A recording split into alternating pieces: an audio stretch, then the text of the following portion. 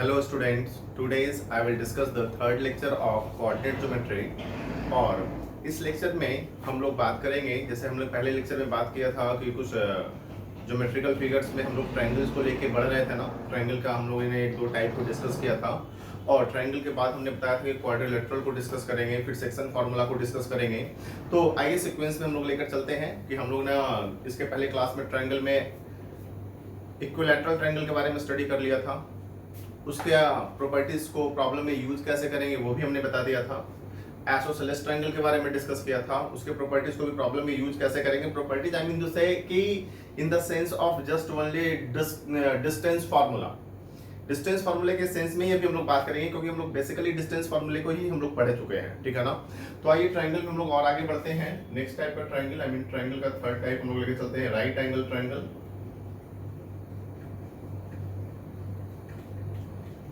और इस ट्रायंगल के बारे में तो सबको पता है ना कि सबसे आसान सा concept Pythagoras theorem. I mean to say कि ABC जो राइट एंगल ट्रायंगल है तो पाइथागोरस थ्योरम हमारे पास होता है ना कि AB square plus BC square equal to AC square. बस इससे ज्यादा जानने की जरूरत नहीं है। ये बोल लो या फिर कोई बोल लो कि कोई भी एक एंगल 90 डिग्री का, एंगल B 90 डिग्री, मतलब किसी भी ट्रायंगल में अगर एक एंगल 90 हमारे पास है तो राइट एंगल ट्रायंगल है, या फिर पाइथागोरस थ्योरम को कोई भी ट्रायंगल फॉलो करेगा तो वो राइट एंगल ट्रायंगल होगा। अब रहा सवाल कि इसको प्रॉब्लम में यूज कैसे करेंगे। तो जैसे हम लोग ने बता रखा है कि आइसोसेलेस ट्रायंगल और इक्विलैटरल ट्रायंगल में जो हमने कंडीशन दे रखा था उसको प्रॉब्लम में यूज करने का तरीका था बिल्कुल सेम तरीके से हम लोग इसको भी यूज कर सकते हैं। आई मीन टू से कि हमारे पास जरा सोचो कि हमारे पास बिल्कुल सिंपल सा क्वेश्चन अगर मैं स्टार्ट करूं कि ये हमने वर्टिसेस दे दिया 0 0 A0 और 0 B और हमने बोल दिया prove that triangle is right angle triangle. बड़े आराम से कोई भी प्रूफ कर सकते हैं इस क्वेश्चन को, है कि नहीं। मतलब हमारे पास AB square plus BC square equal to AC square दिखा दो। लेकिन ऐसा क्वेश्चन तो इन जनरल पूछने वाला है नहीं, जब भी देगा तो हमारे पास इक्वेशन को सॉल्व करने का चांस है हमारे पास ज्यादा बनेगा, देगा वैसा क्वेश्चन नहीं। आई मीन टू से कि एक पैरामीटर हमारे पास लगा दे, जैसे सपोज करो हमने क्वेश्चन में ऐसा दे दिया कि एक ट्रायंगल हमने दे दिया कुछ इस तरीके का ABC, ये एंगल हमने दे दिया, एंगल B इक्वल टू दे दिया हमने π/2 और A का वर्टेक्स दे दिया 0, 0, B का वर्टेक्स हमने दे दिया 2, 1, इसका कोऑर्डिनेट दे दिया x, 3। तो मेरे को x का वैल्यू पता लगाना है। बड़े आराम से हम लोग बोल सकते हैं, यहाँ पे कॉन्सेप्ट बिल्कुल इजी वे में यूज कर सकते हैं। कॉन्सेप्ट को अगर यूज करना चाहो तो क्या यूज करोगे आप बताओ। एंगल B 90 डिग्री हमारे पास है, यहाँ पर देखो एंगल B 90 डिग्री है तो AB square plus BC square, I mean to say AB square plus BC square हम लोग बोल सकते हैं ना, since AB square plus BC square equal to AC square. अब तुम एक बताओ कि क्या डिस्टेंस फार्मूला आराम से यूज करते हुए इसमें पुट नहीं कर सकते हो क्या value. I mean to say कि AB स्क्वायर का वैल्यू हम लोग निकाल सकते हैं 0 - 2 का होल स्क्वायर बोले तो हमारे पास आ जाएगा 4 और ये 0 - 1 का होल स्क्वायर प्लस 1 और स्क्वायर रूट का होल स्क्वायर तो हमारे पास स्क्वायर रूट हट गया।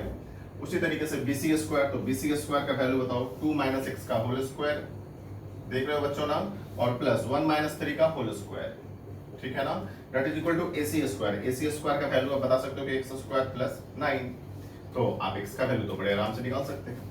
मतलब मेरा इंटेंशन यहाँ पे ये नहीं है कि इस क्वेश्चन को कैसे बनाना है, मेरा इंटेंशन बस ये है कि हमारे पास एक इक्वेशन हमारे पास है तो एक पैरामीटर बेस्ड क्वेश्चन सेट हो सकता है, ठीक है ना। और अगर दो पैरामीटर बेस्ड क्वेश्चन की बात करोगे तो आपके लिए उसके लिए आपको ऑप्शन देना पड़ेगा। जैसे याद करो कि हमने आइसोसेलेस ट्रायंगल में मैंने बताया था, याद है ना कि अगर दो पैरामीटर देते हो तो बहुत ज्यादा होगा तो क्या होगा कि अगर इस इक्वेशन को यूज करेंगे तो हमारे पास उस दो पैरामीटर में मेरे पास एक इक्वेशन डेवलप हो जाएगा।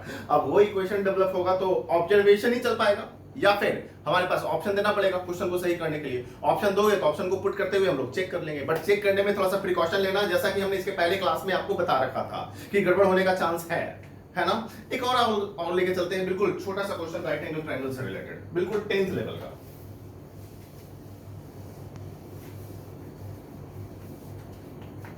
जैसे देखो बच्चों, ध्यान देना क्वेश्चन में, देखो बच्चों क्वेश्चन ये है ना, लेट P जिसका कोऑर्डिनेट दिया हुआ 3, 1, Q कोऑर्डिनेट दिया हुआ 6, 5 and R coordinate XY are 3 points such that PRQ is a right angle। हमारे पास PRQ is a right angle कहने का मतलब है R में हमारे पास राइट एंगल बनेगा और एरिया ऑफ द ट्रायंगल दिया हुआ है PRQ is 7 स्क्वायर यूनिट। तो पता लगाना है कि नंबर ऑफ पॉइंट्स हमारे पास R के कितने होंगे। तो इसको थोड़ा सा ज्योमेट्री का हेल्प लेंगे 9th 10th का। हमारे पास R के बारे में बोला गया है, R राइट एंगल पे है और हमारे पास पी आर क्यू एक ट्रायंगल है, तो कुछ इस तरीके से फिगर को एज्यूम कर सकते हो ना। आपको पता है कि angle in a semi circle जो हमारे पास होता है 90 डिग्री होता है, ये तो 9th 10th में भी पढ़े हैं आप लोग। तो हम लोग ऐसा करते हैं कि P और हमने ले लिया Q, इस सर्कल का डायमीटर। अब P R Q is a right angle, तो हमारे पास एक बात बताओ कि हमने आर थोड़ी देर के लिए यहाँ पे ले लिया एक पॉइंट, ठीक है, सच दैट कि हमारे पास ये ध्यान में रखेंगे क्वेश्चन के अकॉर्डिंगली हमने फिगर बनाया है, ये हमारे पास 90 डिग्री है। और एक बात ये दिया हुआ है क्वेश्चन में हमारे पास कि इस राइट एंगल ट्रायंगल का जो एरिया है वो 7 स्क्वायर यूनिट है, तो मेरे को पता लगाना कि आर मेरे पास कितने पॉइंट्स होंगे। जैसे हमारे पास इतना पक्का है कि आर का जो रेंज होगा इस सर्कमफ्रेंस पे लाई करेगा, इस पे लाई कराओ या फिर नीचे वाले पे लाई कराओ, सेमी सर्कल पे लाई कराओ, तो वैसे वैसे आर के कितने पॉइंट्स होंगे अकॉर्डिंग टू दिस डाटा। तो आइए हम लोग लेकर चलते हैं। आई मीन पी का कोऑर्डिनेट दिया हुआ है 3,1, क्यू का कोऑर्डिनेट दिया हुआ है 6,5। तो इस सर्कल का अगर हमने सेंटर को O मान लिया, इसका रेडियस हमने R मान लिया, तो रेडियस का वैल्यू निकाल सकते हैं ना कि sir since PQ equal to हमारे पास है आई मीन डायमीटर का लेंथ, तो मैं बोल सकता हूँ 3 - 6 का स्क्वायर प्लस 1 - 5 का स्क्वायर और ये पूरे का square root. I mean to say 3 का स्क्वायर बोले तो 9 प्लस आई मीन टू से 4 का स्क्वायर बोले तो हमारे पास आ जाएगा 16, ये पूरे का स्क्वायर रूट बोले तो हमारे पास आ गया 5, ठीक है ना। तो रेडियस का वैल्यू हमारे पास कितना आ जाएगा, जस्ट PQ बाई हाफ आ जाएगा, PQ बाई 2 होगा, तो बोले तो 2.5 आ जाएगा। अब देखो अच्छे से सारे लोग, एरिया दिया हुआ है, एरिया के लिए आप फॉर्मूला बताओ तो जरा, since area of the triangle PRQ equal to 90 degree है तो 1/2 into base into height use कर सकते हो, तो 1/2 इंटू बेस, बेस PQ ले लो और हाइट, हाइट के परपेंडिकुलर डिस्टेंस हमने मान लिया थोड़ी देर के लिए RL, I mean to say कि ये ले लिया मैंने RL, ठीक है। अब देखना चाहता हूं मैं कि यहाँ पर से जो जो वेरिएबल है हमारे पास, वो जो जो पैरामीटर्स है, उस पैरामीटर का जो वैल्यू क्वेश्चन में दिया हुआ है उसके वैल्यू को पुट करते हैं और ऑब्जर्व करते हैं कि मेरे पास किस पैरामीटर का वैल्यू निकलता है। तो आप बताओ, एरिया ऑफ द ट्रायंगल हमारे पास 7 स्क्वायर यूनिट है इक्वल टू 1/2 टाइम्स PQ, तो PQ का वैल्यू हमारे पास दिया हुआ है कितना 5 और इनटू हमारे पास क्या आ गया RL। ध्यान दो सारे लोग, तो आप एक बात बताओ यहाँ से RL का वैल्यू कितना बोल देंगे, तो 14/5, 14/5 का वैल्यू आप बिल्कुल डिवाइड करके निकाल सकते हो, है ना। 2 टाइम्स लगाएंगे तो 10 होगा हमारे पास, तो 4 पॉइंट हमारे पास कितना मान लिया, 0 कॉपी करेंगे हमारे पास तो ये हो जाएगा 8, आई मीन टू से हमारे पास आ जाएगा 2.8। मेरी बात को अच्छे से समझना बच्चों, ध्यान देना सारे लोग, RL का वैल्यू जो हमारे पास आ गया 2.8 और इस सर्कल का जो रेडियस हमारे पास है 2.5। अब तुम्हें ये फील हो रहा होगा बाय ज्योमेट्री कि RL का जो मैक्सिमम लेंथ होगा वो रेडियस के सर्कल के बराबर होगा। बढ़िया से देखना फिगर से कि RL जो है, R जो है मूव करेगा इसी सर्कमफ्रेंस पे, सेमी सर्कल के सर्कमफ्रेंस पे मूव करेगा, तो R मूव करेगा, अगर R यहाँ पे मूव किया तो RL और डिस्टेंस कम जाएगा, R अगर यहाँ पे किया तो RL का डिस्टेंस और कम जाएगा। तो R को मूव कराते कराते कराते कराते मैक्सिमम हमारे पास बोल सकते हैं कि इसके जस्ट डायमेट्रिकली अपोजिट पॉइंट पे लेंगे तो ही हमारे पास RL का डिस्टेंस सबसे ज्यादा होगा और वो जो डिस्टेंस होगा वो रेडियस के बराबर होगा। जबकि आपके पास RL का वैल्यू जो आ रहा है 2.8 which is greater than R। तो क्या आप बताओ कि RL का वैल्यू जो परपेंडिकुलर हमारे पास जो लेंथ है वो रेडियस से कभी बड़ा हो सकता है क्या? पॉसिबल ही नहीं है। इसका मतलब है नॉट पॉसिबल। नॉट पॉसिबल कहने का मतलब क्या हुआ कि जो डाटा दिया हुआ है हमारे पास उससे रिलेटेड R कहीं पे भी एग्जिस्ट नहीं करेगा। R का कोई ऐसा कोऑर्डिनेट होगा नहीं होगा जिसके लिए जो डेटा हमारे पास दिया हुआ है। आई मीन टू से मैं बोल सकता हूं there is no any point R। तो नंबर ऑफ पॉइंट्स की क्या बात करेंगे? 0। आई बात समझ में कि नहीं? क्लियर है ना सभी को? कोई दिक्कत तो नहीं? इसी पे बेस्ट एक और क्वेश्चन मैं दे देता हूं होमवर्क में, वो कॉपी कर लो आप लोग, ठीक है? और वो भी बड़ा मजेदार क्वेश्चन है, थोड़ा सा ट्रिग्नोमेट्री का यूज है। ट्रिग्नोमेट्री जो बच्चे थोड़ा बहुत पढ़े होंगे वो क्वेश्चन को बहुत आसानी से बना लेंगे। चलिए कॉपी करते हैं उस क्वेश्चन। देख लो बच्चों question. The points A, B and C are the vertices of a right angle triangle if हमारे पास 4 ऑप्शन दिए हुए हैं, ठीक है? हमने ऑप्शन में हमने आंसर भी दे रखा है, इसके चारों ऑप्शन सही होंगे। बस राइट एंगल ट्रायंगल का कॉन्सेप्ट आप लगाना। कॉन्सेप्ट क्या है? Pythagoras theorem, AB² + BC² = AC square और उसको सिंप्लीफाई कीजिएगा, ट्रिग्नोमेट्री का थोड़ा यूज कीजिएगा, ट्रिग्नोमेट्रिकल आइडेंटिटीज को यूज करेंगे ना, तो ये चारों ऑप्शन आपके पास आ जाएगा। ठीक है, आइए एक और क्वेश्चन मैं आपके पास होमवर्क में देता हूं, वो भी 9-10 से ही रिलेटेड है। देखो एक बात समझने की कोशिश करना, अगर 9-10 का ज्योमेट्री आपका काफी अच्छा है ना, तो गारंटी बोल रहा हूं कोऑर्डिनेट ज्योमेट्री आपका बहुत ही बढ़िया होगा। It should be remember. So एक क्वेश्चन और होमवर्क में रख लो, ये कॉम्प्रिहेंशन बेस्ड क्वेश्चन दे रहा हूं जेई एडवांस लेवल के लिए, बट एक्चुअली इसको एडवांस से कोई मतलब नहीं, जिसका 9-10 का ज्योमेट्री काफी अच्छा होगा ये क्वेश्चन को इमीडिएट कर लेगा। चलो लिखते हैं इस क्वेश्चन को भी, लिख लो बच्चों क्वेश्चन को। क्वेश्चन में बोला गया है कि let a and b be the lengths of the legs of a right angle triangle with following properties दो दे दिया गया है। All the sides I mean to say all the three sides of the triangle are integers, the perimeters of the triangle is numerically equal to the area of the triangle and it is given that a less than b। तो ये हमने तीन question दे दिए हैं कि number of ordered pairs बताना है a b का कितना होगा, सेकंड क्वेश्चन में maximum possible perimeter of the triangle बताना है, और थर्ड क्वेश्चन में minimum possible area of the triangle बताना है। तीनों क्वेश्चन का हमने आंसर भी दे रखा है, फर्स्ट का 2 होगा, सेकंड का 30 और थर्ड का 24 होगा। अब आइए लेके चलते हैं ट्रायंगल में एक दो टाइप और जो थोड़ा सा बचा हुआ है उसको भी हम लोग डिस्कस करके फिर हम लोग क्वाड्रिलेटरल में इन कर जाएंगे।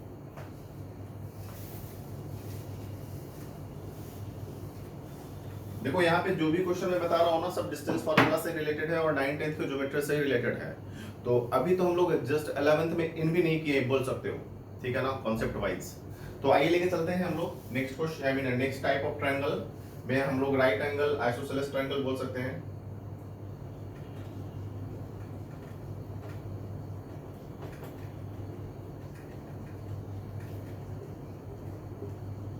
ये तो नाम से ही क्लियर होगा ना, राइट एंगल आइसोसेलेस ट्रायंगल कहने का मतलब ये हुआ कि एक एंगल राइट एंगल होना चाहिए। तो एक एंगल राइट एंगल बोल लो, एंगल बी हमारे पास 90 डिग्री दे दिया और कोई दो साइड हमने इक्वल दे दिया, तो अंडरस्टूड है हमारे पास कि ये एंगल हमारे पास इक्वल तो होगा ही होगा दो साइड के इक्वल होने के कारण, और चूंकि हमारे पास ये 90 डिग्री हो गया तो मैं बोल सकता हूँ कि ये 45 डिग्री होगा और ये भी हमारे पास 45 डिग्री होगा। तो इसका mathematical I mean to say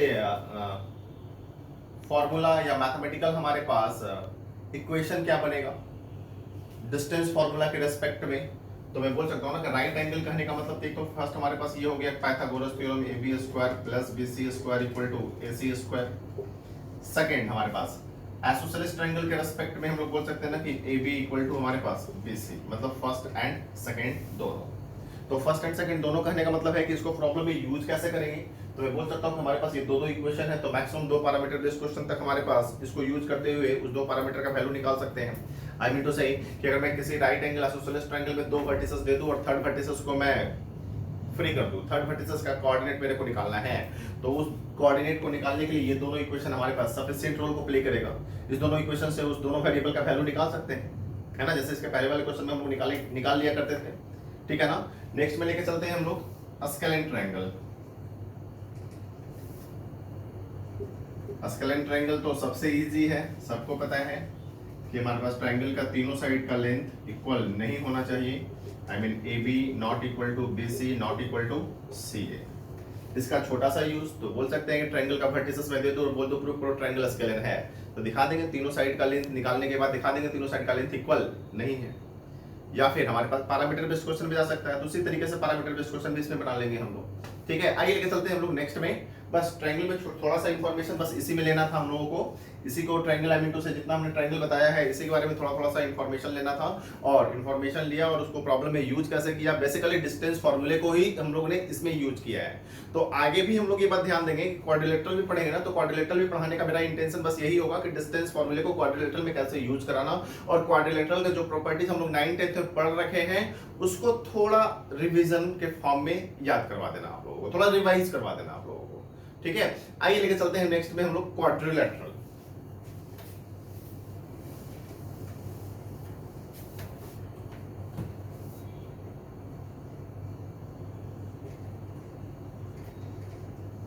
quadrilateral का बहुत सारा टाइप है, उसमें से सबसे पहला टाइप जो होता है हम लोगों के पास पैरेललोग्राम, सेकेंड में हम लोग पढ़ेंगे रेक्टेंगल,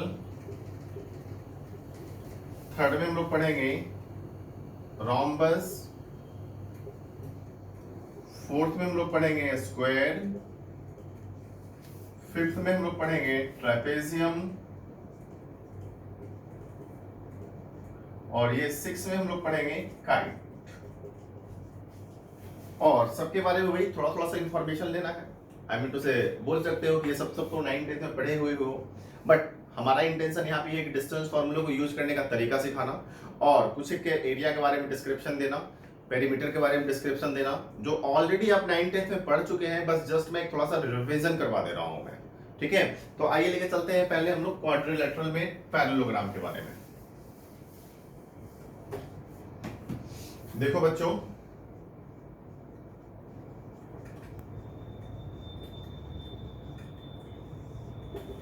पैरेललोग्राम से तो सब लोग वाकिफ होंगे, सब लोग इंट्रोड्यूस तो होंगे ही होंगे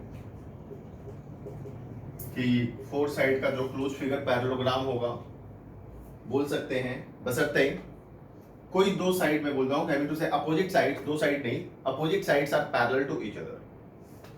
ध्यान देना मेरी बात को, फोर साइड्स का क्लोज फिगर पैरेललोग्राम होगा only when opposite sides are parallel to each other. तो हमारे पास opposite sides parallel to each other है, मतलब पहला बोल सकता हूं कंडीशन हमारे पास बोल सकते हैं कि AB parallel to CD and BC parallel to AD।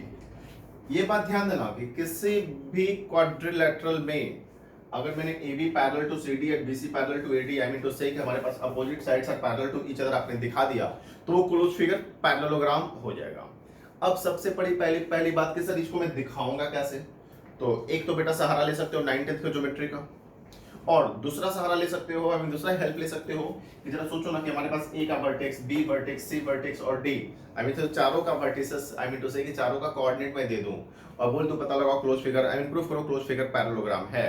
तो आगे हम लोग पढ़ेंगे slope of the straight line का जो फॉर्मूला होता है कि difference between the ordinate bye difference between the abscissa. जरा तुम सोचो कि ये लाइन और ये लाइन पैरेलल होगा तो दोनों का स्लोप इक्वल होगा, ये लाइन और ये लाइन पैरेलल होगा तो दोनों का स्लोप इक्वल होगा। तो स्लोप के बिहाफ पे हम लोग दिखा सकते हैं कि मैं दिखा दूंगा AB का स्लोप और CD का स्लोप सेम है, दिखा दूंगा BC का स्लोप और AD का स्लोप सेम है, तो मैं बोल सकता हूं क्लोज फिगर पैरेललोग्राम है ना। लेकिन अभी हम लोगों को इसके बारे में डिटेल करने की जरूरत नहीं है, आगे स्ट्रेट लाइन में हम लोग करेंगे। मेनली हम लोगों को यूज करना है डिस्टेंस फार्मूला। तो डिस्टेंस फार्मूले के लिए कोई भी हमारे पास क्लोज फिगर पैरेललोग्राम होगा, यहाँ पे हम लोग बोल सकते हैं AB equal to CD and BC equal to AD। ठीक है, पैरेललोग्राम में हमारे पास डायगोनल एक दूसरे के बराबर कभी भी नहीं होता है, ऐसा बोलना भी बेकार वाली बात है, मतलब सिंपली यहाँ बोल देंगे AC not equal to BD। Fourth में हम लोग बोलेंगे डायगोनल्स बाइसेक्ट ईच अदर। ध्यान दो सारे लोग, समझने की कोशिश करो बेटा। देखो बच्चों, ध्यान देना सारे लोग। तो पैरेललोग्राम के लिए ना मेनली आप लोगों को कंडीशंस जानना है कि कम से कम कौन सा कंडीशन में लगा दूं सच दैट कि क्लोज फिगर हमारे पास पैरेललोग्राम हो जाए। तो मैंने क्या बताया अभी आपके पास फर्स्ट में कि अगर चारों वर्टिसेस किसी भी क्वाड्रिलेटरल का दे दिया गया है और आपको स्लोप के रिगार्डिंग स्लोप का फॉर्मूला पता है कि slope of the straight line का फॉर्मूला क्या होता है, तो आप बिल्कुल फर्स्ट कंडीशन को भी दिखा दोगे ना कि AB parallel to CD, I mean opposite sides are parallel to each other किसी भी क्लोज फिगर में क्वाड्रिलेटरल में, तो वो क्लोज फिगर पैरेललोग्राम हो गया, उससे ज्यादा आपको दिखाने की जरूरत नहीं है। या फिर अगर डिस्टेंस फार्मूले की बात करूं तो मेनली यहाँ पे हमारा टारगेट डिस्टेंस फार्मूले को ही हमें तो प्रमोट करना है कि डिस्टेंस फार्मूले को कैसे यूज करेंगे। तो डिस्टेंस फार्मूले के अकॉर्डिंगली हम लोग सिर्फ ये दिखा देंगे ना कि हमारे पास opposite sides are in equal length, कि अपोजिट साइड का लेंथ हमारे पास अगर इक्वल दिखा देंगे ना किसी भी क्वाड्रिलेटरल में, तो वो क्वाड्रिलेटरल हमारे पास पैरेललोग्राम हो जाएगा। इट शुड बी रिमेंबर, ध्यान देना। पैरेललोग्राम में स्पेशली पैरेललोग्राम में डायगोनल एक दूसरे के बराबर नहीं होता है, तो ये कोई ऑथेंटिक कंडीशन नहीं है, but just to know it कि पैरेललोग्राम में डायगोनल इक्वल नहीं होता है। अगर किसी ने बोल दिया कि डायगोनल इक्वल होगा तो पैरेललोग्राम हो सकता है कि नहीं, बिल्कुल हो सकता है। पैरेललोग्राम के लिए मैं बोल रहा हूं कि फर्स्ट कंडीशन या फिर second condition more than enough है, इस बात को याद रखना, उसको थर्ड कंडीशन से कोई मतलब नहीं है, इट शुड बी रिमेंबर। ठीक है, हाँ, फोर्थ कंडीशन जो हमने दे रखा है कि डायगोनल बाइसेक्ट ईच अदर, ये बिल्कुल पैरेललोग्राम के लिए सही है। आपके पास कि डायगोनल जो है एक दूसरे को बाइसेक्ट करेगा। बाइसेक्ट करने का मतलब क्या हुआ कि ए और सी का जो मिड पॉइंट होगा, बी और डी के मिड पॉइंट जो होंगे वो इक्वल होंगे। फिर से ए और सी का जो मिड पॉइंट होगा ना, बी और डी के मिड पॉइंट से कोइंसाइड कर जाएगा। तब रहा सवाल कि हमारे पास ध्यान देना कि एरिया ऑफ द पैरेललोग्राम होगा क्या। तो एरिया ऑफ द पैरेललोग्राम तो 9th 10th में बहुत सारा फॉर्मूला पढ़ चुके हो, उसी फॉर्मूले को थोड़ा सा मैं रिवाइज करवा दे रहा हूँ कि ध्यान देना कि हमने ये साइड का लेंथ हमने ए मान लिया, इस साइड का लेंथ बी मान लिया, यहाँ से हमने परपेंडिकुलर डाल दिया, यहाँ से हमने परपेंडिकुलर डाल दिया, ये परपेंडिकुलर का लेंथ हमने P1 और यहाँ ये परपेंडिकुलर का लेंथ हमने P2। आपके पास पता होना चाहिए ये एंगल इक्वल होगा और ये एंगल बी और एंगल डी इक्वल होगा। तो ये सब तो बिल्कुल सबको पता होना चाहिए, ठीक है, मैंने बस लिख दिया है। तो हमने साइड के रेस्पेक्ट में भी एरिया ऑफ द पैरेललोग्राम दे दिया है। हमने आपके पास P1 P2 परपेंडिकुलर के लेंथ के रेस्पेक्ट में भी एरिया ऑफ द पैरेललोग्राम लिख दिया है। और ये हमने एंगल ए को थोड़ी देर के लिए मान रखा है थीटा, और थीटा के रेस्पेक्ट में भी हमने क्या किया है कि एरिया ऑफ द पैरेललोग्राम लिख दिया। सब एक दूसरे का आई मीन टू से केसेस ही है, चाहोगे तो सबको एक दूसरे में कन्वर्ट कर सकते हो। तो हमने दे दिया है एरिया ऑफ द पैरेललोग्राम के लिए हमने क्या कर देख लो 2 times 1/2 into a into P1। तो बिल्कुल सही है हमारे पास है। जरा सोचो ना, a into just listen to me, a into this one. तो बेस इनटू हाइट की अगर मैं बात करूं इस ट्रायंगल में, जस्ट लिसन, ध्यान देना मेरी बात को, अगर मैं इस ट्रायंगल की मैं बात करूं, मैं ध्यान देना सारे लोग, तो 1/2 इनटू बेस इनटू हाइट, तो बेस इनटू हाइट और उसका जस्ट डबल कर देंगे हम लोग, तो जस्ट डबल कर देंगे हमारे पास, तो हमारे पास एरिया ऑफ द पैरेललोग्राम निकल जाएगा। तो 1/2 टाइम्स a इंटू P1 का जस्ट डबल कर दो, या फिर 1/2 टाइम्स b इंटू P2 का जस्ट डबल कर दो, या फिर एरिया ऑफ द पैरेललोग्राम को आप इस तरीके से भी निकाल सकते हो कि a इंटू P1 या फिर b इंटू P2, दोनों बराबर ही है कि हमारे पास a इंटू परपेंडिकुलर हाइट या फिर b इंटू ये परपेंडिकुलर हाइट, ठीक है। या फिर एरिया ऑफ द पैरेललोग्राम को ये भी बोल सकते हो 1/2 इंटू ये sorry area of the parallelogram को ab इंटू साइन थीटा। आपके पास याद होगा कि a क्रॉस b का जो आप लोग वेक्टर में पढ़ते हो कि a क्रॉस b का जो मैग्नीट्यूड होता है, a क्रॉस b बोले तो ab sin थीटा, वो geometrically area of the parallelogram को ही रिप्रेजेंट करता है। तो वही हमारे पास area of the parallelogram ab sin theta है, या फिर एरिया ऑफ द पैरेललोग्राम हमारे पास परपेंडिकुलर हाइट के रिस्पेक्ट में तो P1 into P2 into cosec theta हमारे पास है। ये दो फॉर्मूला याद रखना बस इस सेंस में है आप लोगों को कि हो सकता है कि मैक्सिमम और मिनिमम एरिया से रिलेटेड हमारे पास पैरेललोग्राम में क्वेश्चन हो जिसमें परपेंडिकुलर हाइट का लेंथ का डाटा आपके पास दे दिया गया हो। समझ में आ रहा है ना? तो ये एरिया आपके पास काम कर जाएगा। दूसरी बात ध्यान देना कि ए पैरेललोग्राम को ना कभी-कभी हम लोग ट्रेपेजॉइड भी बोल सकते हैं। Trapezoid, it should be remember, parallelogram को हम लोग कभी-कभी ट्रेपेजॉइड भी बोलते हैं। ट्रेपेजॉइड वैसा ट्रेपेजॉइड जिसका हमारे पास दो साइड पैरेलल हो। तो हमने लिख दिया है कि sometime the parallelogram is also called the trapezoid with two parallel sides, ठीक है।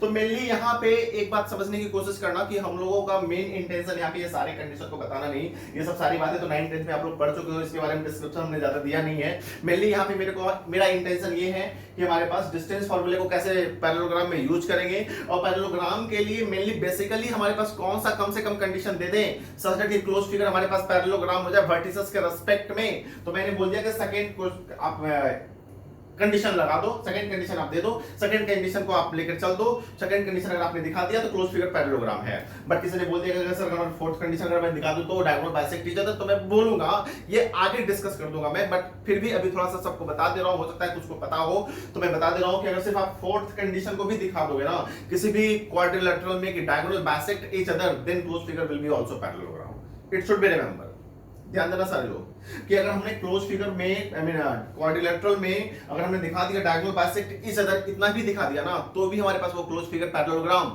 हो जाएगा, ठीक है ना। अब आइए लेके चलते हैं मेनली हम लोग इसको प्रॉब्लम में यूज कैसे करेंगे। मेनली हम लोगों को इसी को लेकर चलना है क्योंकि डिस्टेंस फार्मूला को ही हम लोग को आगे प्रमोट करना है, आई मीन टू से यूज करने का तरीका पढ़ना है। तो जरा तुम सोचो ना कि AB = CD and BC = AD, AB = CD करेंगे तो एक इक्वेशन, BC = AD करेंगे तो दूसरा इक्वेशन मेरे पास निकल जाएगा। तो इसका मतलब है कि दो पैरामीटर बेस्ड क्वेश्चन हम लोग पैरेललोग्राम में बना सकते हैं।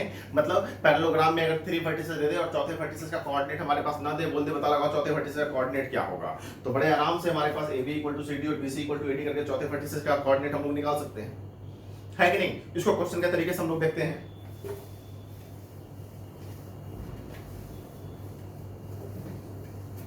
देखो बच्चों क्वेश्चन समझो सारे लोग।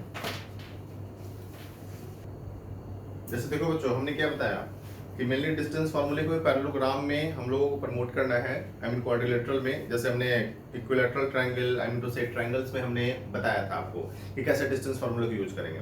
ठीक है, तो यहाँ पे आप देखो कि हमारे पास एक क्वेश्चन हमने दिया कि पैरेललोग्राम में वर्टेक्स की P Q R and S दिया हुआ है और एस में वेरिएबल कर दिया, आई मीन टू से एस में कर दिया ए कॉमा बी, तो मेरे को ए और बी का वैल्यू पता करना है। तो आप एक बात बताओ, पैरेललोग्राम हमने बना लिया, P Q R S vertices को लिख दो, P Q R and S सारे का कोऑर्डिनेट लिख दो। क्वेश्चन में जो दिया हुआ है 1 2 दिया हुआ है, 4 6 दिया हुआ है और ये 5 और 7 दिया हुआ है। इसका वैल्यू दिया हुआ है a कॉमा b। ठीक है, देखो मेरा मेन इंटेंशन यहाँ पे ये नहीं है कि ये क्वेश्चन को बताना है, मेन इंटेंशन ये है कि कितना कम से कम टाइम को ध्यान में रखते हुए ए और बी का वैल्यू निकाल देना है।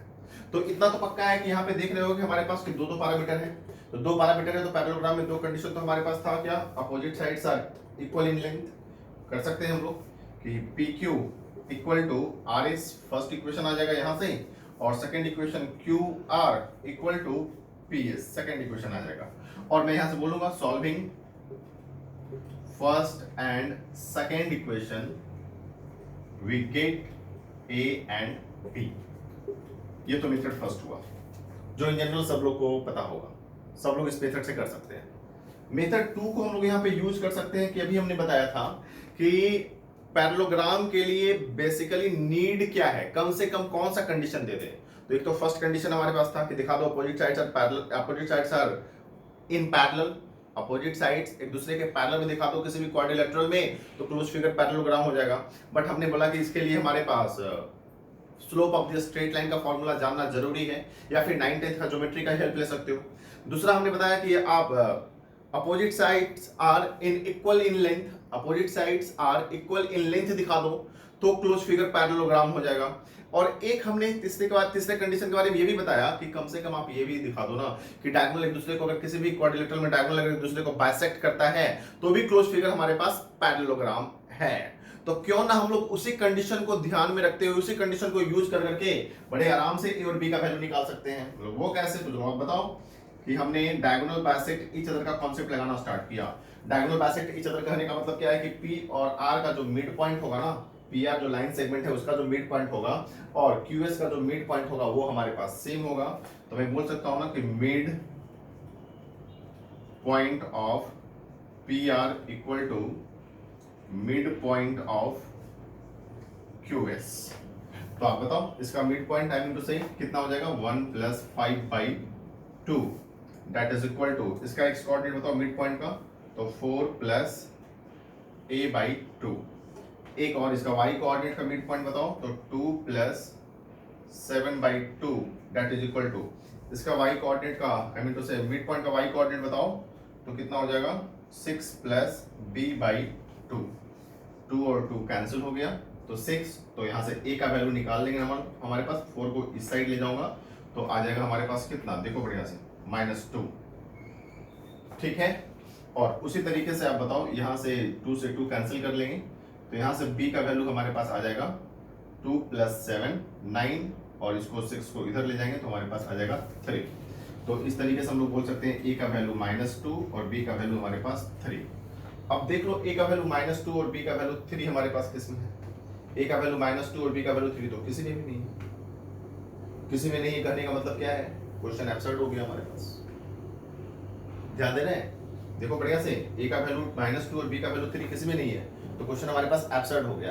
एब्सर्ड होने का मतलब क्या हमारे पास हुआ कि ये भी हमारे पास एक कॉन्फिडेंस बिल्डअप करने का एक तरीका है कि किसी बच्चे के पास ये पता चल जाए कि हमारे पास जो क्वेश्चन दिया हुआ है, ऑप्शन दिए हुए हैं, ऑप्शन में जो मेरे पास आंसर आ रहा है वो ऑप्शन में मिल ही नहीं रहा है, तो मैं बिल्कुल टेंशन में आ गया हूँ। टेंशन में आने की जरूरत नहीं है, हमने कॉन्सेप्ट सही लगाया, उस कॉन्सेप्ट को सही लगाने के बाद जो मेरे पास आंसर आ रहा है वो आंसर सही है। अब ऑप्शन में मिले या ना मिले इसमें मैं क्या कर सकता हूँ।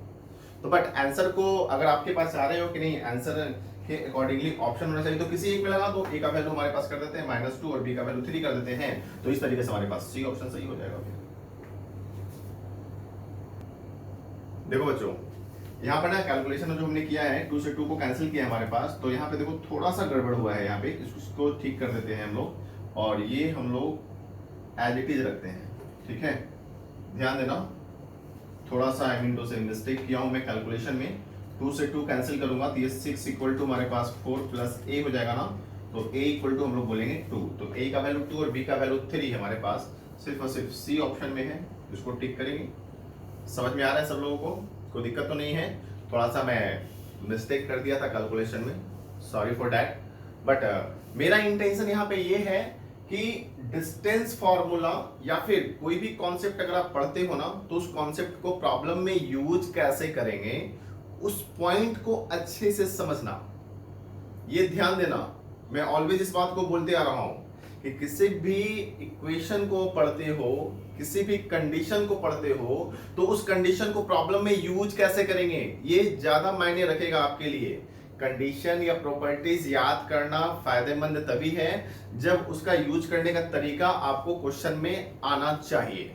ठीक है, आइए एक दो क्वेश्चन और करते हैं हम लोग पैरेललोग्राम में, कुछ अच्छे अच्छे क्वेश्चन। देखो बच्चों, क्वेश्चन थोड़ा मजेदार क्वेश्चन है ये कि रेक्टेंगल एबीसीडी, अभी देखना रेक्टेंगल के बारे में आपके पास डिस्क्रिप्शन नहीं किया हूं मैं, बट इतना मानकर चल रहा हूं कि 9th 10th में आपने रेक्टेंगल थोड़ा बहुत पढ़ा होगा, ठीक है ना। और वैसे रेक्टेंगल का यहाँ पे कोई बहुत ज्यादा जरूरत नहीं है, तो आप ध्यान देना। क्वेश्चन बोला गया rectangle ABCD where A 0,0, B 40, C 42, D equivalent to 02 undergoes the following transformation successively.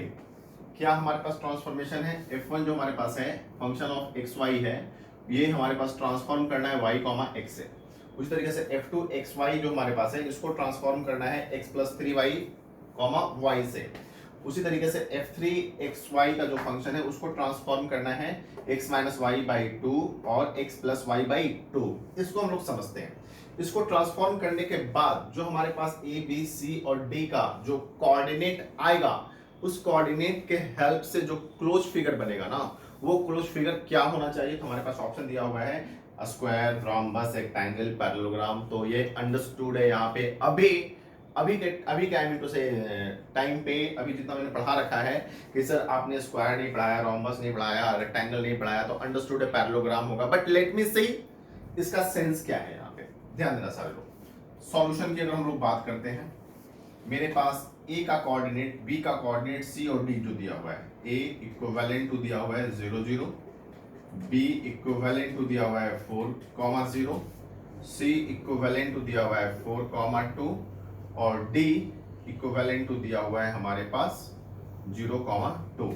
First जो हमारे पास है transformation fxy to yx, fxy to yx कहने का मतलब क्या है, समझ में आ रहा है कि हमारे पास जो कोऑर्डिनेट a का जो दिया हुआ है, सपोज करो कि a का कोऑर्डिनेट हमारे पास 1, 2 है, तो yx कहने का मतलब क्या है कि कोऑर्डिनेट इंटरचेंज कर लो उसका।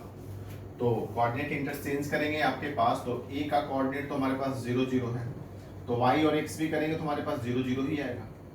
फिर b का कोऑर्डिनेट हमारे पास 4, 0 है, तो इसको अगर आप तुम चेंज करोगे, इस पे ट्रांसफॉर्मेशन लाओगे y और x, तो इसको इंटरचेंज करोगे तो 0, 4 हो जाएगा। c का कोऑर्डिनेट हमारे पास जो है 4, 2 है, इसको आप इंटरचेंज करोगे तो 2, 4 हो जाएगा। d का कोऑर्डिनेट हमारे पास जो है 0, 2 है, इसको इंटरचेंज करोगे, आई मीन इसको ट्रांसफॉर्मेशन के अकॉर्डिंगली हम लोग ध्यान में रखेंगे तो ये 2 और 0 हो जाएगा। ठीक है, अब हमारे पास ABCD का जो न्यू कोऑर्डिनेट हमारे पास आ गया दिस वन। उसके बाद सेकेंड ट्रांसफॉर्मेशन में लगाना है क्या, f2 xy को हम लोग को कर देना है x + 3y और y। तो चलो आप बताओ कि a का कोऑर्डिनेट, अब हम लोग ये नहीं लेके चलेंगे, a का कोऑर्डिनेट अब ये लेकर चलेंगे, तो a का कोऑर्डिनेट 0, 0 है। ध्यान देना, इसमें तुम बताओ कि x + 3y करोगे तो y का वैल्यू तो 0 हमारे पास है, मेरी बात को अच्छे से समझना। x का वैल्यू 0 + 3y, तो 3 × 0, 0, तो 0 + 0, 0, और y का वैल्यू 0, तो 0, 0, तो इस पे तो कोई इफेक्ट पड़ेगा नहीं। लेकिन अगर मैं b की मैं बात करूं तो b हमारे पास 0, 4 है, ध्यान देना इसको अच्छे से। तो x + 3y कहने का मतलब क्या होगा, x का बदले कितना 0, बढ़िया से समझो इसको, मैं रफ में बता दे रहा हूँ। x के बदले हम लोग क्या रखेंगे, x + 3y में ध्यान देना, x के बदले 0, तो 0 + 3 × y के बदले कितना रखेंगे 4, तो हमारे पास आ जाएगा 12। तो x + 3y = 12 हो गया, और y बोले तो हमारे पास 4। समझ में आ रहा है सब लोगों को ना। तो उसी तरीके से आप बताओ c का जो कोऑर्डिनेट हमने दे दिया 2, 4 जो आफ्टर ट्रांसफॉर्मेशन, तो यहां से बताना है x प्लस, ध्यान देना ट्रांसफॉर्मेशन x प्लस 3y कितना होगा, तो x में 3y 3 इंटू 4 12 प्लस 2 हो जाएगा 14 और y बोले तो 4 हो गया। उसी तरीके से d का कोऑर्डिनेट जो हमारे पास 2,0 है, 2,0 तो 2 प्लस 3 इंटू 0 तो हमारे पास 2 ही हो जाएगा ना, और y 0, तो d का मेरे पास कोऑर्डिनेट आ गया। तो ध्यान देना मेरी बात को, आई मीन टू से ABCD का पहले मेरे पास ट्रांसफॉर्मेशन किया तो ये कोऑर्डिनेट आ गया, उसके बाद सेकंड ट्रांसफॉर्मेशन किया तो ये कोऑर्डिनेट आ गया। अब एक और ट्रांसफॉर्मेशन है, इसकी भी बात हम लोग देख लेते हैं। ध्यान दो सारे लोग, थर्ड ट्रांसफॉर्मेशन क्या हम लोगों के पास है कि f3xy 2 हम लोग को करना है x माइनस वाई बाई 2 और x प्लस वाई बाई 2। बस यहाँ पे पैरेललोग्राम पूछना एक एक्सक्यूज है। मेनली हम लोगों का टारगेट है कि इस ट्रांसफॉर्मेशन को बच्चे कितना लाइटली लेते हैं। लाइटली लोगे तो बड़े आराम से फिगर पे पहुंच जाओगे, बड़े आराम से उस डेटा पे पहुंच जाओगे, और उस डेटा के बिहाफ पे हम लोग बोल सकते हैं क्लोज फिगर हमारे पास क्या है। तो मेनली ट्रांसफॉर्मेशन को ही यहाँ पे समझना है। अब ध्यान देना कि ABCD का कोऑर्डिनेट अब ये है, अब इस कोऑर्डिनेट को under the following under the this transformation ABCD का वैल्यू निकालना है। तो तुम एक बात बताओ कि A का कोऑर्डिनेट हमारे पास है अब 0 0, तो 0 0 में कुछ भी कर लो x माइनस वाई बाई 2, तो बताओ 0 माइनस 0 बाई 2 भी करेंगे तो 0 आएगा, 0 प्लस 0 बाई 2 भी करेंगे तो 0 आएगा। B का कोऑर्डिनेट हमारे पास आ गया 12, 4, तो अब बताओ x माइनस वाई, तो 12 माइनस 4 हमारे पास कितना हो जाएगा 8, 8 बाई 2 बोले तो हमारे पास आ गया 4, x प्लस वाई तो 12 प्लस 4 16, 16 बाई 2 बोले तो हमारे पास आ गया 8। उसी तरीके से C का जो कोऑर्डिनेट हमारे पास है 14 और 4, तो आप बताओ 14 माइनस 4 बाई 2, तो 14 माइनस 4 10 बाई 2 बोले तो हमारे पास आ गया 5, 14 प्लस 4 इसमें अगर लेके चलेंगे तो 14 प्लस 4 बोले तो 18 बाई 2 बोले तो हमारे पास आ गया 9। उसी तरीके से D का कोऑर्डिनेट हमारे पास 2,0 को इस ट्रांसफॉर्मेशन के तहत अगर हम लोग चेंज करना चाहें तो बताओ 2 माइनस 0 बाई 2, तो 2 माइनस 0 बाई 2 बोले तो हमारे पास आ गया 1, और एक 2 प्लस 0 बाई 2, तो 2 प्लस 0 बाई 2, देख लो अच्छे से ध्यान देना। अगर मैं इसमें करूं तो 2 माइनस 0 बाई 2 1, और 2 प्लस 0 by 2 it is also equal to 1। अब तुम एक बात बताओ कि जो हमारे पास फाइनल जो कोऑर्डिनेट आया आफ्टर सक्सेसिवली ट्रांसफॉर्मेशन ABCD का जो कोऑर्डिनेट आ रहा है 0 0 4 8 5 9 1 9।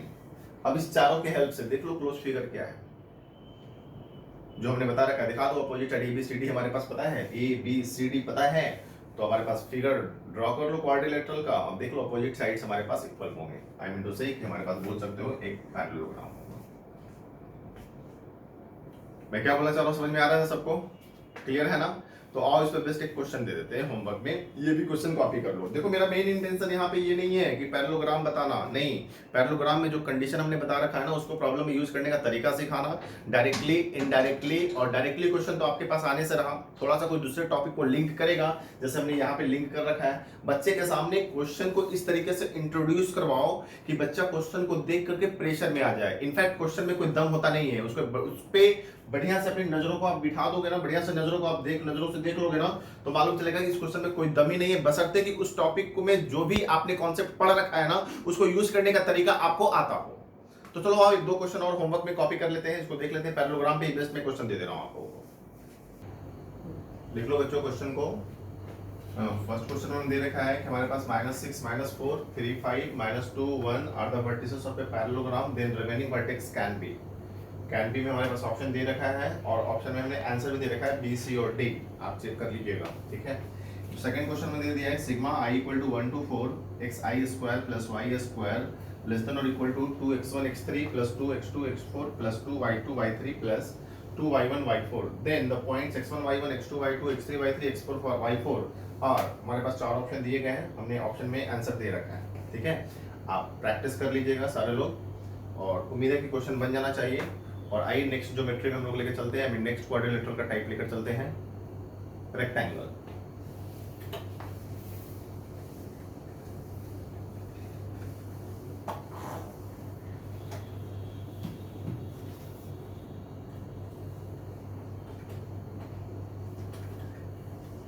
रेक्टेंगल तो बहुत इजी है, सब लोगों ने पढ़ा रखा होगा रेक्टेंगल के बारे में। सबसे आसान क्वाड्रिलेटरल भी यही है। रेक्टेंगल में बस ये ध्यान में रखेंगे कि हमारे पास AB equal to CD and B C equal to A D होना चाहिए, साथ में यहाँ पे डायगोनल भी इक्वल होना चाहिए, and A C equal to B D. ये दोनों कंडीशन ये दोनों कंडीशन होगा तभी हमारे पास क्वाड्रिलेटरल रेक्टेंगल को फॉलो करेगा। I mean to say quadrilateral rectangle होगा, ठीक है। एक हम लोग और भी कंडीशन याद रखेंगे, diagonals bisect each other. I mean condition क्या है, जो प्रॉपर्टी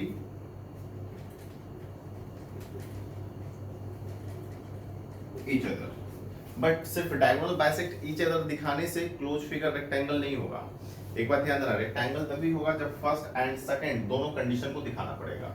अब बोलोगे डायगोनल का यहाँ पे कॉन्सेप्ट क्या है, तो डायगोनल का कॉन्सेप्ट यहाँ पे बस यही है, ध्यान देना सारे लोग समझने की कोशिश करो कि हमने पैरेललोग्राम में बता दिया था कि डायगोनल में पैरेललोग्राम में डायगोनल इक्वल नहीं होगा, रेक्टेंगल में डायगोनल इक्वल होगा। तो डायगोनल इक्वल होगा या डायगोनल इक्वल नहीं होगा, यही हमारे पास डिस्टिंग्विश करेगा कि क्लोज फिगर जो क्वाड्रिलेटरल दिया हुआ है वो पैरेललोग्राम है या फिर वो रेक्टेंगल है।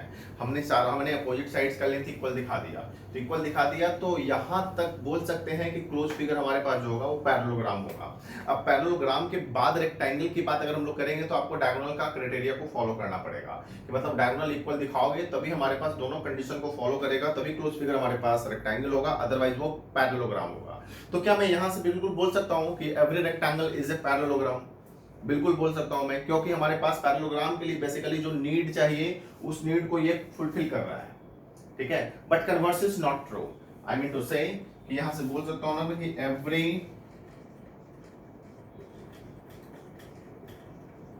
Rectangle is a parallelogram but converse is not true.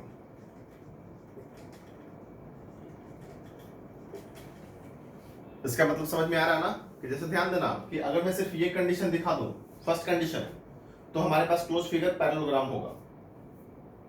लेकिन क्लोज फिगर में हमारे पास फर्स्ट कंडीशन के अलावा अगर मैं सेकंड कंडीशन को भी अगर हम लोग डोमिनेट करवाएं कि सेकंड कंडीशन को भी मैं दिखाना चाहता हूं, सेकंड कंडीशन को भी हमने दिखा दिया, तो पक्की बात है कि वो रेक्टेंगल हो गया। तो जब जैसे ही हमने फर्स्ट को दिखाया तो आप पैरेललोग्राम से आगे निकल गए, पैरेललोग्राम को फुलफिल कर लिया।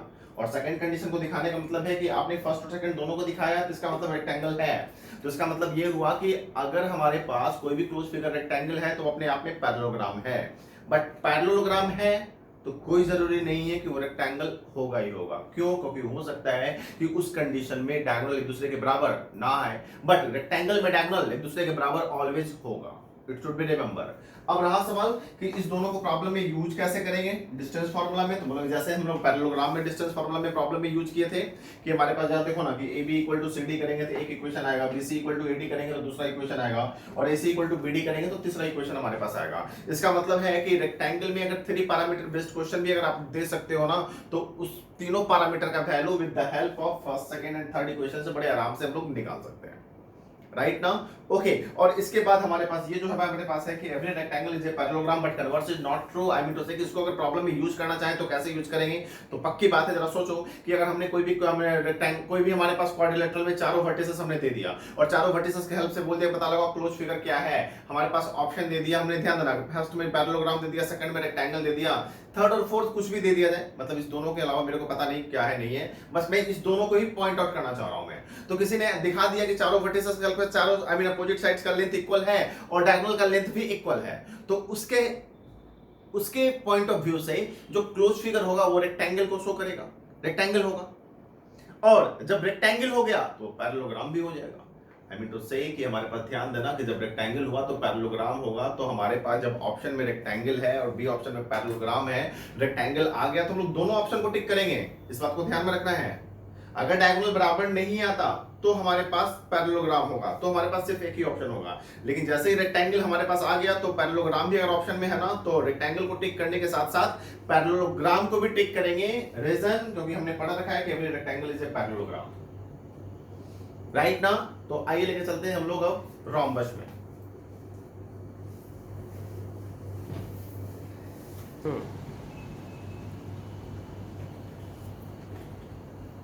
देखो बच्चों ध्यान देना, रोम्बस के बारे में सबको पता है लेसन कि रोम्बस के बारे में कोई भी क्वाड्रिलेटरल रोम्बस तभी होगा जब चारों साइड का लेंथ हमारे पास इक्वल होगा।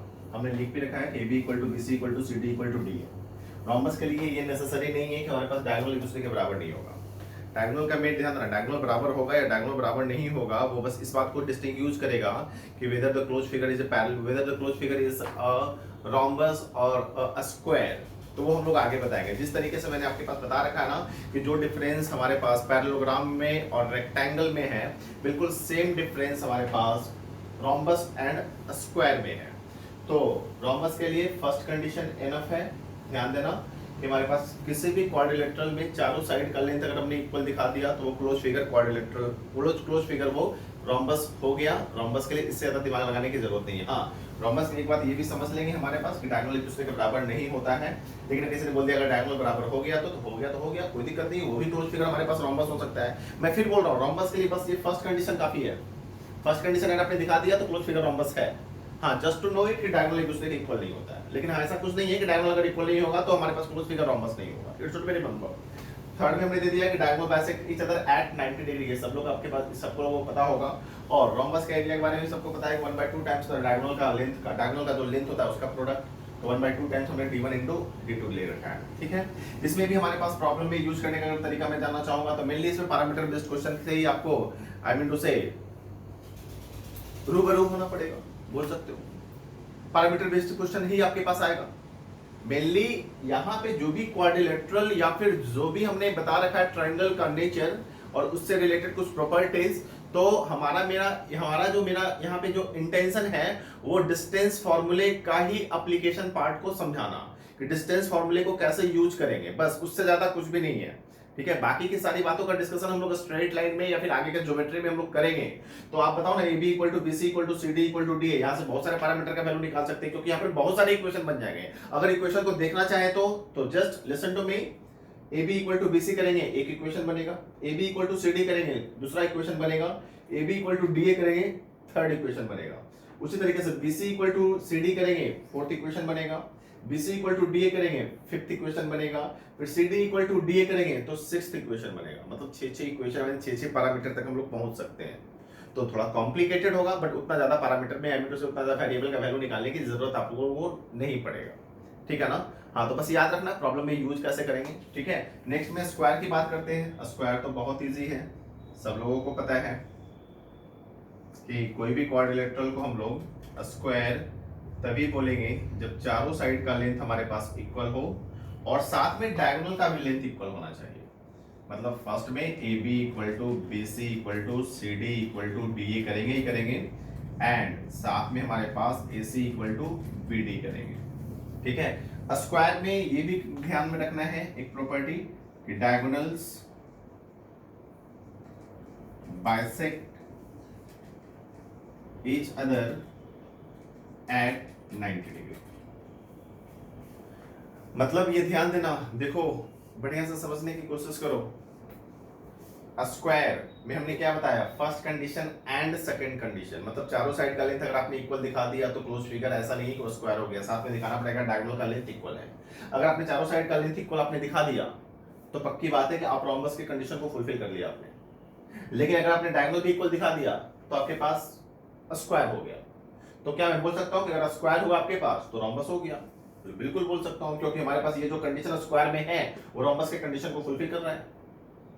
Is it clear not? तो यहां से मैं बोल सकता हूं, मैं ध्यान देना, every square is a rhombus but converse is not true.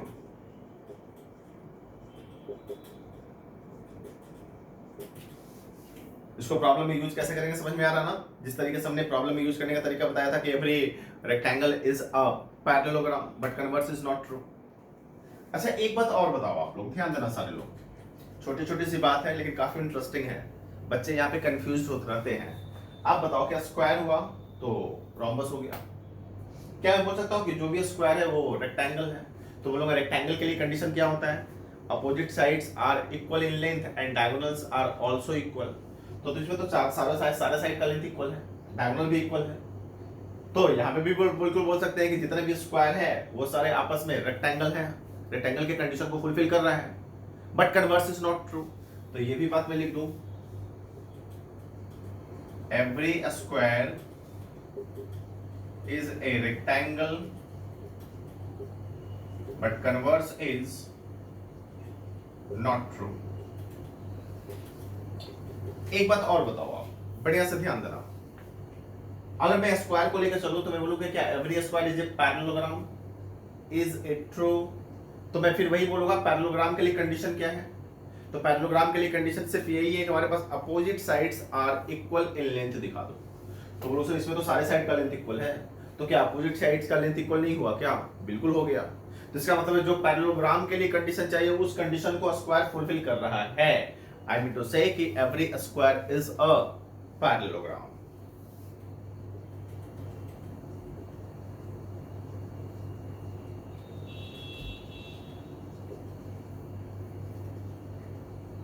But converse is not true।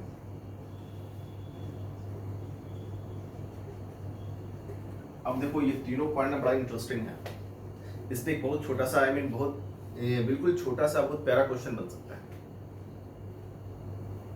Question जैसे चार कोऑर्डिनेट में दे दिया, कोई सी भी कोऑर्डिनेटर का चारों वर्टिसेस का कोऑर्डिनेट दे दिया और बोल दिया बताओ चारों वर्टिसेस का हेल्प से क्लोज फिगर क्या है।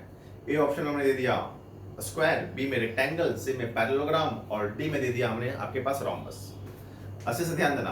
तो सारे बच्चों का इंटेंशन क्या होगा कि सारे का साइड का लेंथ निकाल देते हैं और डायगोनल का लेंथ निकाल देते हैं। किसी बच्चे ने ये फील किया कि सारे साइड का लेंथ इक्वल है और डायगोनल का भी लेंथ इक्वल आ गया, तो सारे साइड का लेंथ इक्वल, डायगोनल का भी लेंथ इक्वल, तो उसके हेल्प से क्लोज फिगर उसका क्या हो गया? स्क्वायर।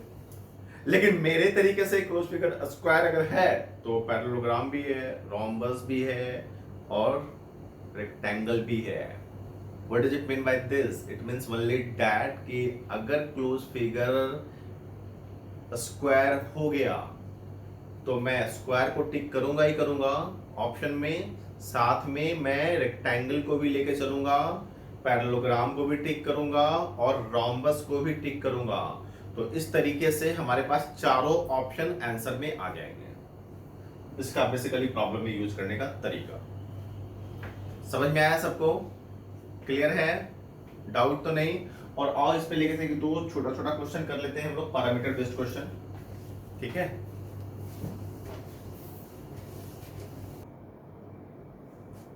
देखो स्टूडेंट, हमारे पास ना क्वेश्चन में दिया हुआ है A and C with the opposite vertices of the square. तो एक स्क्वायर हमने बना लिया, ए बी सी और डी। जो क्वेश्चन में दिया हुआ है उसके तरीके से ए का कोऑर्डिनेट 0 3 हो गया और सी का कोऑर्डिनेट -2 एंड 5 हो गया। तो बोला गया find the coordinate of the other vertices, B and D का कोऑर्डिनेट निकालना है। तो देखो बी और डी का कोऑर्डिनेट निकालना है तो जनरली बच्चों का तो से यहाँ पे तरीका ये होगा कि इसको हम लोग, बच्चों ने मान लिया इसको हम लोग x, y मान लेते हैं और किसी बच्चे ने मान लिया इसको h, k। तो चार वेरिएबल हो गया, 4 वेरिएबल होगा तो 4 इक्वेशन की जरूरत पड़ेगा। तो स्क्वायर में तो बहुत सारे इक्वेशन बन जाएंगे। मेरी बात को अच्छे से समझना कि x, इसको y मान लिया, इसको h, k मान लिया। ठीक है, 4 वेरिएबल है। बिल्कुल आसानी से बच्चे लोग ऐसे ही कुछ सोच सकते हैं। तो एक बच्चे ने क्या कर दिया कि A B equal to B C कर दिया, equal to C D equal to D A. ये सारे से हमारे पास x, y, h और k में मेरे पास 4 इक्वेशन तो बड़े आराम से डेवलप कर लोगे, है कि नहीं? इक्वेशन कहने का मतलब क्या हुआ कि हमारे पास ए बी इक्वल टू अगर बी सी करेंगे तो एक इक्वेशन आ जाएगा। चलो यहाँ से एक इक्वेशन आ गया। उसके बाद बी सी इक्वल टू अगर हम लोग सी डी करेंगे तो एक इक्वेशन आ जाएगा। उसके बाद C D equal to D A करेंगे तो थर्ड इक्वेशन आ जाएगा। मेरी बात को अच्छे से समझना। उसके बाद हम लोग अगर A B equal to C D कर देंगे तो फोर्थ इक्वेशन आएगा। इस चारों इक्वेशन से एक्स, वाई, एच और के का वैल्यू बड़े आराम से निकाल सकते हो। बहुत सारा इक्वेशन है बट कैलकुलेशन बहुत ही गंदा जाएगा, तो इसको हम लोग बोलेंगे पुअर मेथड, गरीब है।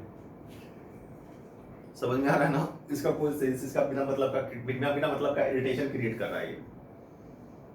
जिसके पास कुछ भी दिमाग नहीं होगा, बचपन में कभी बॉर्नविटा नहीं पिया होगा किसी ने, तो वो ये मेथड लगाएगा। लेकिन जिसने थोड़ा सा भी बॉर्नविटा पिया होगा तो तरीका ये लगा देगा, मेथड 2, जो थोड़ा इजी है। देखो बच्चों कि ए बी सी और ये डी हो गया, 0 3 x y -2 5 और इसे मैं मान लेता हूं, मानने की जरूरत नहीं, मैंने इसे एक्स वाई मान लिया, ध्यान देना इसे मानने की जरूरत नहीं। तुम एक बात बताओ कि मेरे पास एक्स और वाई का अगर मैं किसी भी तरीके से मैंने आई मीन टू से कि स्क्वायर के फॉर्मूले को, स्क्वायर की कंडीशन को यूज करते हुए, जो प्रॉपर्टीज है उसको यूज करते हुए एक्स और वाई का मैं अगर दो दो वैल्यू दिखा दूं, मतलब एक्स का दो वैल्यू और वाई का दो वैल्यू, तब तो पक्का हो जाएगा ना कि एक वैल्यू इसका होगा और एक वैल्यू इसका होगा, क्योंकि तेरे को पता ही नहीं एक्स और वाई बी का है या डी का है, ये तो हमारा एक एजम्पशन है।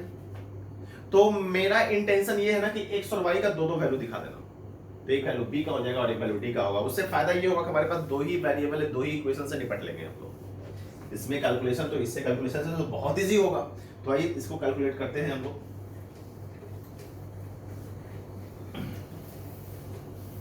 देखो सारे लोग, सबसे पहला कंडीशन तो हम लोग ये यूज कर सकते हैं यहाँ पे A B equal to B C, first condition. और सेकेंड कंडीशन यहाँ पे पाइथागोरस लगा दो आप कि A B square plus B C square equal to A C square, काफी है दोनों। तो आप बताओ A B equal to B C कहने का मतलब क्या हो गया कि A B square equal to B C square हो गया। A B square distance formula से डिस्टेंस बताओ ए बी स्क्वायर का वैल्यू क्या होगा, तो ये हो जाएगा x square plus y minus 3 का होल स्क्वायर, स्क्वायर रूट हट जाएगा क्योंकि स्क्वायर है, फिर बी सी स्क्वायर हो जाएगा एक्स प्लस 2 का whole square plus y minus 5 का होल स्क्वायर। सिंप्लीफाई कर देंगे, x square plus y square plus 9 minus 6y equal to x square plus 4 plus 4x plus y square plus 25 minus 10y। अब बताओ x square y square cancel हो गया हमारे पास, इसको इस साइड ले आएंगे तो हमारे पास हो जाएगा प्लस 10y, इधर आ जाएगा ना, मतलब माइनस 10y है तो इधर प्लस 10y हो जाएगा, तो हो जाएगा 4y। अब ध्यान दो, इसको इस साइड ले आएंगे तो माइनस 4x हो जाएगा। अब बताओ 25 प्लस 4 29 को इस साइड ले जाएंगे तो माइनस 20 इक्वल टू 0, तो 4 कॉमन करके कैंसिल कर सकते हैं, तो y minus x minus 5 equal to 0। ये फर्स्ट इक्वेशन आ गया। सेकंड इक्वेशन बड़े आराम से इससे निकाल सकते हैं। देखो बच्चों सारे लोग,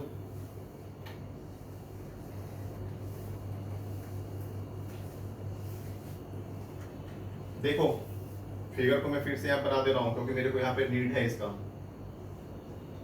ए बी सी और ये डी।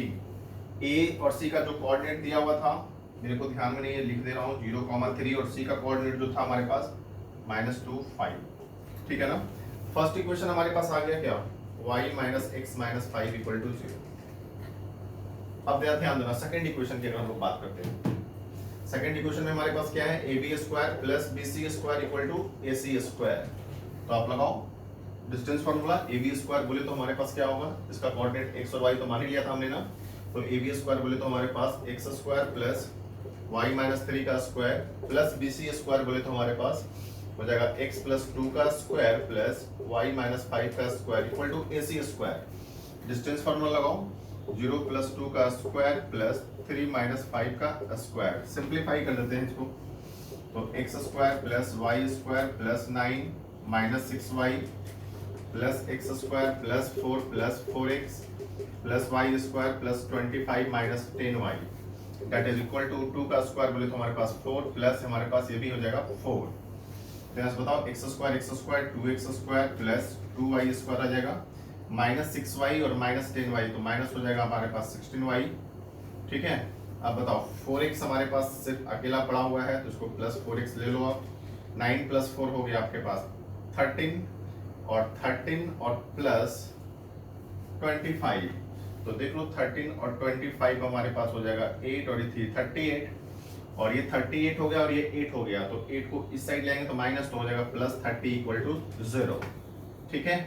2 कॉमन करके कैंसिल कर सकते हैं तो हमारे पास x square plus y square minus 8y और plus 2x plus 15 equal to 0। Second equation आ गया। फर्स्ट और सेकेंड से क्या एक्स और वाई का वैल्यू नहीं निकल सकता है क्या, बड़े आराम से निकल सकता है। यहाँ से बताओ y का वैल्यू यहाँ से यूज कर सकते हैं, y equal to x plus 5 put कर दो इसमें, y का वैल्यू x प्लस 5, तो ये x square plus x plus 5 का ये होल स्क्वायर हो गया minus 8 into x plus 5 plus 2x plus 15 equal to कितना 0।